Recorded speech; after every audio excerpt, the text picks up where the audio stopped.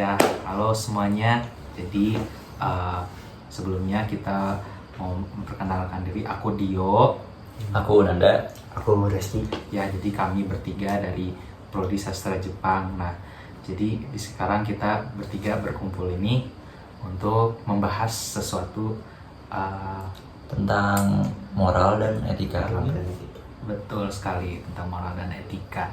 Nah, jujur pada saat saya datang, gak usah saya lah, aku aja ya. Jadi pas aku datang, pas mau kesini mau ketemu kalian tuh, aku nemu kayak ada anak-anak nih, ya kira-kira seusia SD, ya SD kelas 3, kelas 4 gitu ya. Mereka main ya, halnya kayak main bola kayak gini, tapi bahasa yang mereka pakai itu lebih ke bahasa kasar ya, contohnya kayak anjing sih ya udah kayak gitu contohnya. Nah, itu kan etikanya nggak ada gitu ya. Apakah emang orang tua mereka tidak mengajari atau gimana, atau terpengaruh lingkungan mungkin ya. Tapi kan seharusnya anak-anak pada umur segitu tuh tidak boleh lah mengucapkan hal yang seperti itu mungkin. Nah, menurut pendapat kalian gimana gitu? Gimana Rizky?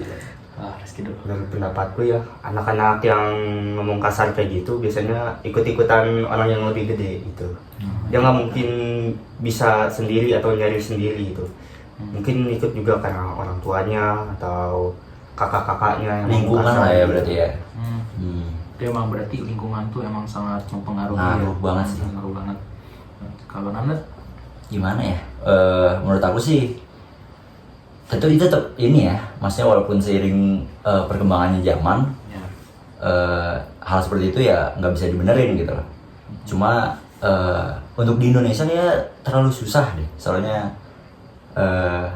apa ya? Tingkat pendidikan kita juga kan rendah gitu jatuhnya kan. ya, Jadi untuk jadi teladan buat sosok anak kecil tuh agak susah lah gitu. jadi untuk jadi teladan memang menurut aku sih ya, sekarang kan generasinya bahkan anak-anak umur 10-12 tahun lah, masih SD gitu ya, SD. masih SD udah dikasih HP gitu. Menurut kalian penyebabnya dari HP sendiri kan biasanya tuh anak apa kayak emak-emak gitu ya, mama zaman sekarang, kamu nih main HP aja terus. Misalnya anak lagi sakit yang disalahin pasti HP. Nah, anak cedera mungkin ya terus disalahin HP gitu kan. Mungkin orang tua kayak menganggap handphone adalah sumber masalah. Menurut kalian kayak gimana? Kalau menurut aku sendiri ya, kalau aku jadi posisi orang tua ya, mungkin di SD itu belum aku kasih HP ya.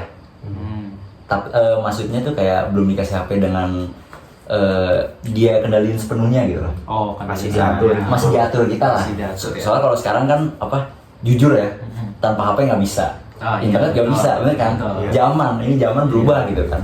Jadi nggak bisa, cuma kayak kita harus ngatur gitu loh. Jadi kayak misalnya walaupun dia kayak nangis, berontak gitu loh, tapi sebisa mungkin kayak ya kita nggak usah dimarahin gitu lah. Lebih ke kayak ya diarahin aja gitu loh. Tanpa HP gitu loh, banyak hal-hal seru yang bisa dimainin atau dilakukan gitu loh. Oh, jadi bisa gitu ya, disosialisasikan. Kalau Aku juga sama sih kayak Nanda. Yang penting diarahin aja gitu, jangan selalu main HP apalagi masih muda. Karena buat kayak ngomong kasar gitu pasti ada pengaruhnya juga dari HP. Gampang banget sih. Lihat banget. Jujur sih HP tuh lebih banyak pengaruh buruknya. Benar ya? banyak pengaruh. Iya. Iya Ya. sih. Banyak. Kalau menurut aku gitu sih ya, lebih banyak. Cuma karena apa ya? Karena dari yang aku bilang tadi yang kayak SD itu kayak harus dikontrol penggunaan HP-nya gitu. Kalau misalnya nggak dikontrol tuh bisa banyak, contohnya kan kayak di sosmed, Instagram banyak. Ya. Kan konten-konten yang di luar yang nggak dibatasin umurnya itu kan banyak kan. YouTube juga walaupun ada yang YouTube Kids, cuma kan nggak ada yang tahu kan. Iya, Anak betul. tiba-tiba buka YouTube yang Biasa gitu kan, atau buka konten apa gitu yang di luar dari umurnya kan bisa gitu. Ya, betul juga ya. Jadi emang lebih ke mensosialisasikan terhadap anak-anak supaya tidak terjerumus gitu kayak yang lain. Nah, mungkin kan dari segi moral juga kan emang banyak banget kasus yang kita temuin kayak nggak hormat sama yang lebih tua lah. Mungkin ya ibaratkan kalau yang kita alami gitu sebagai mahasiswa gitu yang namanya hierarki, yang artinya tuh dan kakak kelas gitu ya. Mungkin ya ibaratkan tuh kakak kelas dan adik kelas gitu. Padahal kan emang ada yang udah biasa aja sih, santai aja gitu. Ke aku mah ini sebagai kakak kelas gitu ya, kakak kelas. Nah, mungkin sebagai adik kelasnya juga karena emang mungkin terlalu santai atau gimana, jadi kayak ya bersikap sebagai ini dan melebihi batas gitu ya. Mungkin kalian tahu lah apa yang aku maksud gitu. Nah, dan sehingga terjadinya pertengkaran gitu. Mungkin dengan itu hal sepele menurut aku ya, itu hal sepele. Nah, dan dikonsepkan berarti jika karena sudah menganggap dirinya setara, berarti mereka ini yang si adik kelas ini tuh sudah menganggap kakak kelasnya itu seperti teman seangkatannya. Nah, menurut kalian cara berteman yang baik itu kayak gimana tuh, kayak biar sama gitu ya dan tanpa menyakiti perasaan gitu orang lain. Dari awal kenal Ya, gitu dari kan awal kenal. ya, berarti ya.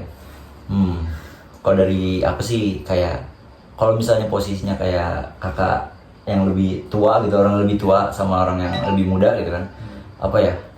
Ada kalanya, bukan ada kalanya ya, harus di awal tuh respect ya. Oh ya, respect. Ya, intinya tuh jangan apa ya, kita nganggap sama, cuma kayak intinya dia tuh lebih tua gitu loh. Kita harus respect gitu loh, tahu batasan. Nah, iya. Dihormati. Terus kayak kalau misalnya kayak untuk berteman baik sama yang lebih tua gitu ya, itu sih apa ya, kalau misalnya selalu respect gitu kan, sering berjalan waktu sih kayaknya bakal jadi teman baik lah harusnya. Ya, mungkin. Kalau sama-sama asik lah gitu dua-duanya. Gimana menurut Reski? Ya saling respect aja sih, kayak yang mudanya juga jangan selengean atau apa gitu ke yang lebih tua. Yang tuanya juga jangan apa-apa jadi emosi, baperan gitu. Jangan merasa tinggi lah gitu ya. Merasa tinggi. Saling respect aja gitu. Berarti emang dari obrolan kita ini saling respect yang pertama. Iya. Nah, itu untuk kasus etika juga kan memang berarti perlunya sosialisasi terhadap orang tua dan juga lingkungannya harus diperhatikan gitu. Daripada lingkungan sekolah, mungkin lingkungan media sosial seperti HP dan lain-lain, karena emang anak-anak sekarang bermain game lah kayak gitu. Ya, mungkin dari kita sekian dulu. Jadi hargai orang supaya kamu bisa dihargai. Oke. Thank you. All right.